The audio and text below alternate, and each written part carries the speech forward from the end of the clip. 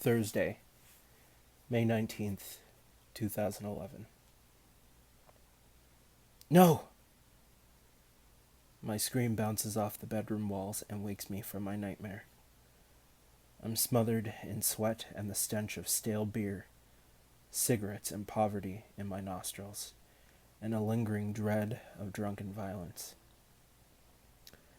Sitting up, I put my head in my hands as I try to calm my escalated heart and erratic breathing. It's been the same for the last 4 nights. Glancing back at the clock, I see it's 3 a.m. I have 2 major meetings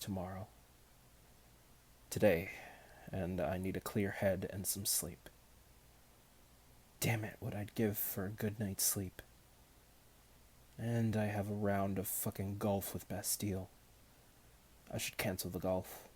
The thought of playing and losing darkens my already bleak mood. Clambering out of bed, I wander down the corridor and into the kitchen. There I fill a glass with water and catch a sight of myself dressed only in pajama pants. Reflected in the glass wall at the other side of the room, I turn away in disgust. You turned her down. She wanted you, and you turned her down. It was for her own good. This has needled me for days now. Her beautiful face appears in my mind without warning, taunting me. If my shrink was back from his vacation in England, I could call him. His psychobabble shit would stop me feeling this lousy. Gray. She was just a pretty girl. Perhaps I need a distraction. A new sub, maybe. It's been too long since Susanna. I contemplate calling Elena in the morning. She always finds suitable candidates for me. But the truth is, I don't want anyone new. I want Anna. Her disappointment, her wounded indignation, and her contempt remain with me. She walked away without a backward glance. Perhaps I raised her hopes by asking her out for coffee only to disappoint her. Maybe I should find some way to apologize. Then I can forget about this whole sorry episode and get the girl out of my head. Leaving the glass in the sink for my housekeeper to wash, I trudge back to bed. The radio alarm jolts to life at 5:45 as I'm staring at the ceiling. I haven't slept and I'm exhausted. Fuck, this is ridiculous. The program on the radio is a welcome distraction until the second news item. It's about the sale of a rare manuscript, an unfinished novel by Jane Austen called The Watsons that's being auctioned in London. Books, she said. Christ. Even the news reminds me of Little Miss Bookworm. She's an incurable romantic who loves the English classics. But then, so do I, but for different reasons. I don't have any Jane Austen first editions or Brontes, for that matter. But I do have 2 Thomas Hardys. Of course, this is it. This is what I can do. Moments later, I'm in my library with the Jude the Obscure and a box set of Tess of the D'Urbervilles. It's in 3 volumes laid out on the billiard table in front of me. Both are bleak books with tragic themes. Hardy had a dark, twisted soul. Like me. I shake off the thought and examine the books. Even though Jude is in better condition, it's no contest. In Jude there is no redemption, so I'll send her Tess with a suitable quote. I know it's not the most romantic book, considering the evils that befall the heroine, but she has a brief taste of romantic love in the bucolic idyll that is the English countryside, and Tess does not exact revenge on the man, and does exact revenge on the man who wronged her, but that's not the point. Anna mentioned Hardy as a favorite, and I'm sure she's never seen, let alone owned, first edition. You sound like the ultimate consumer. Her judgmental retort from the interview comes back to haunt me. Yes, I like to possess things that will rise in value, like first editions.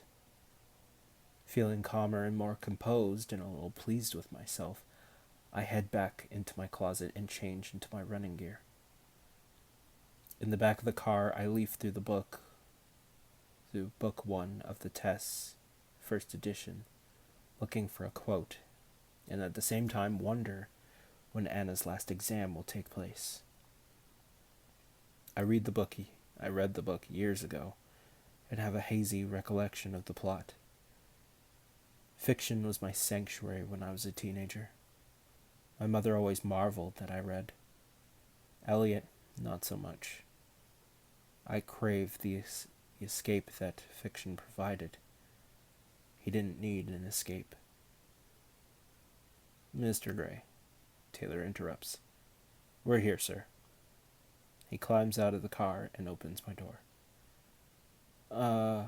I'll be outside at 2 o'clock to take you to your golf game.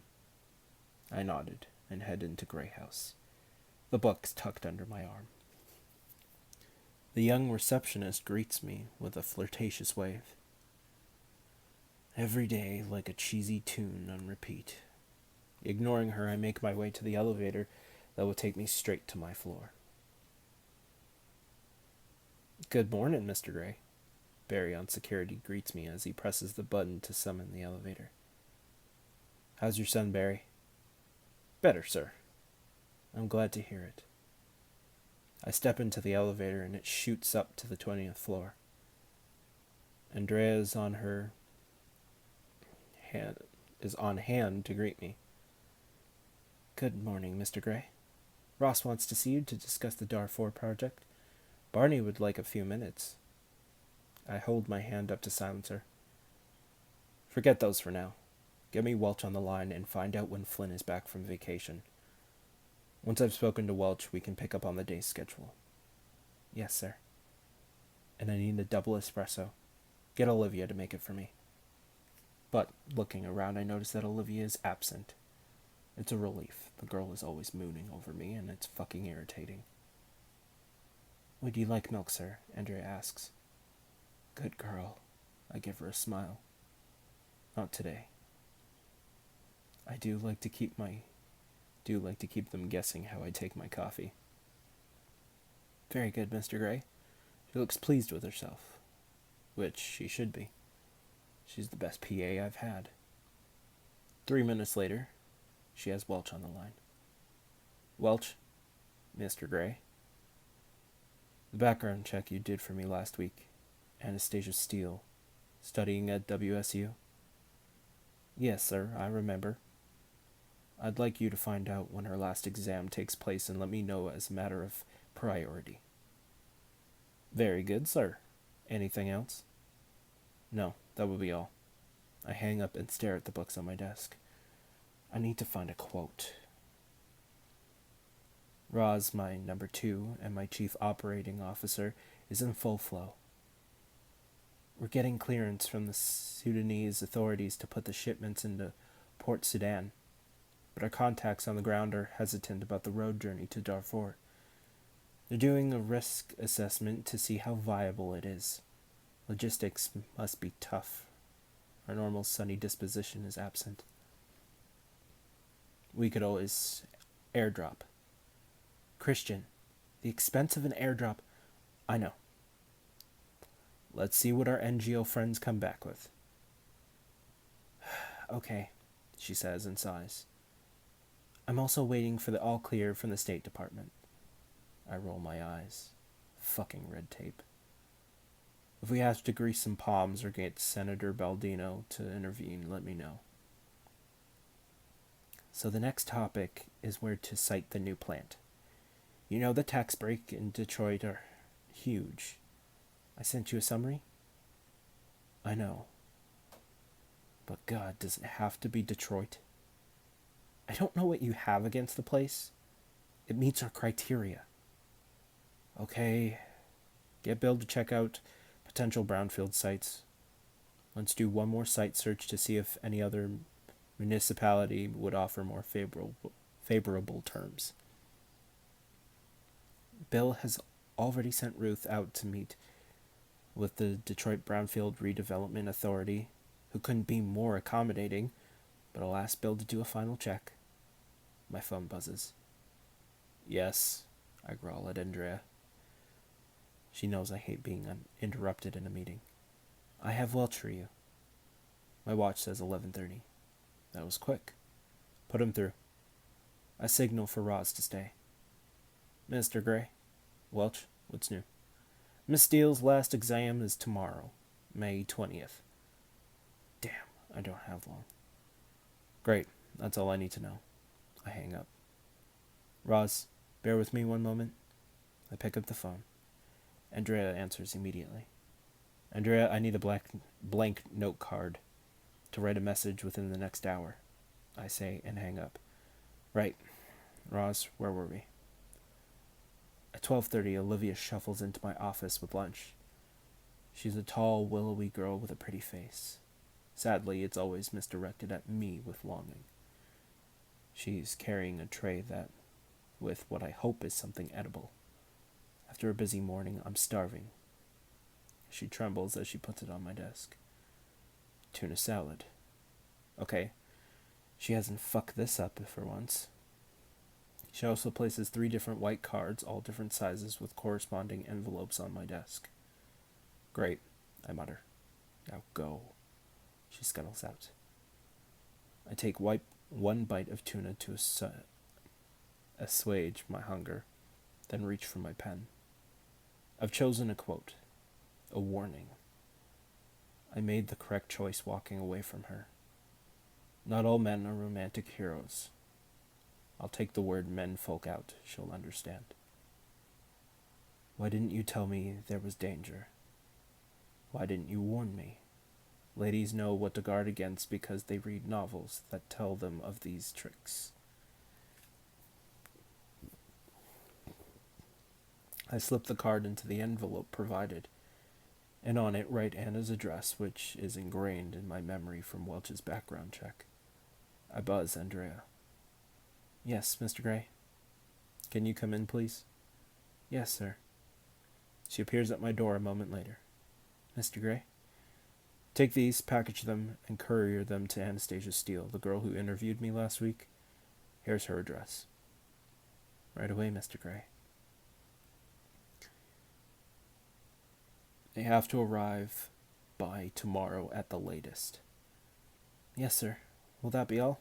No. Find me a set of replacements. For these books? Yes, first editions.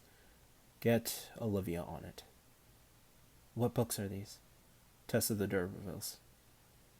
Yes, sir. She gives me a rare smile and leaves my office. Why is she smiling? She never smiles. Dismissing the thought, I wonder if that will be the last I see of the books, and I have to acknowledge that deep down, I hope not.